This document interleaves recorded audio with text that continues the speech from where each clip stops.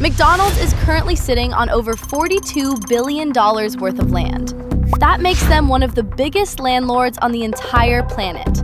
They own more dirt than the Catholic Church and more square footage than most sovereign nations. A global empire where the sun never sets on a lease agreement. You think they're making their billions off Big Macs and those world-famous fries? You've been played. The food is just the bait. I'm going to show you the ice cream machine loophole. The real reason those machines are always broken. This rabbit hole goes way deeper than a McFlurry cup. What they hide.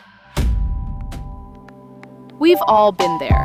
It's 11 p.m., you're starving, and those golden arches look like a lighthouse in the middle of a storm. It's the place you went after soccer practice.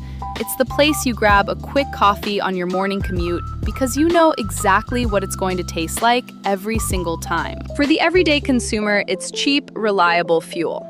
But for the guy or girl behind the counter, it's the ultimate I made it moment. Opening a McDonald's is supposed to be the safe bet. You see regular people taking out second mortgages and grinding for years just to get the keys to one of these stores. They think they're buying a business. That's the illusion. That's the story they sell in the glossy brochures. But behind the scenes, the corporate office doesn't care if you flip 10 burgers or 10,000. They've already rigged the game so they get paid before you even turn on the grill. Let's look at the numbers. Beef prices are skyrocketing. Labor costs are up. Electricity for those massive walk-in freezers? Not cheap. If you're paying $5 for a Big Mac, think about this.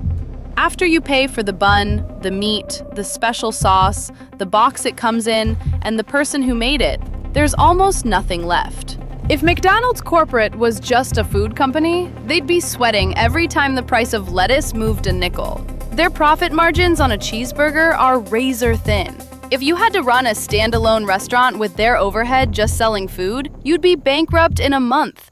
Yet McDonald's is a multi-billion-dollar cash cow that never seems to miss an earnings report. They have better margins than most tech companies in Silicon Valley. How? Selling dollar menu items in an economy where a gallon of milk costs $5.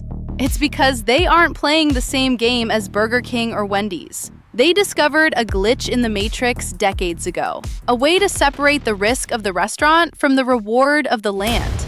Meet Harry Sonneborn. He was the genius who looked Ray Kroc in the eye and said, "We are not technically in the food business. We are in the real estate business." He realized that if they owned the land, they held all the cards.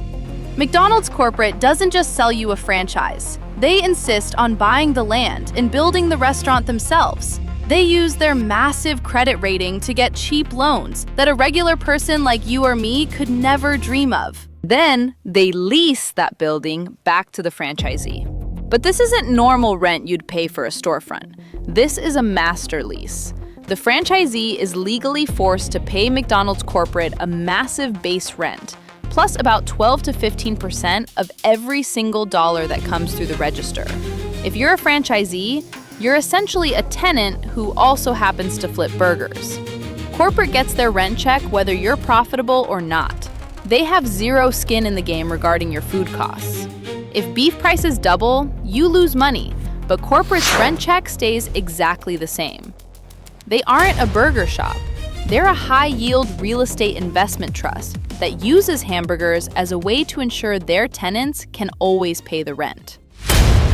But it gets even grimier. Remember that open loop I mentioned? The broken ice cream machines? It's part of the same ecosystem of control. Corporate forces franchisees to use one specific, overly complicated brand of machine called Taylor.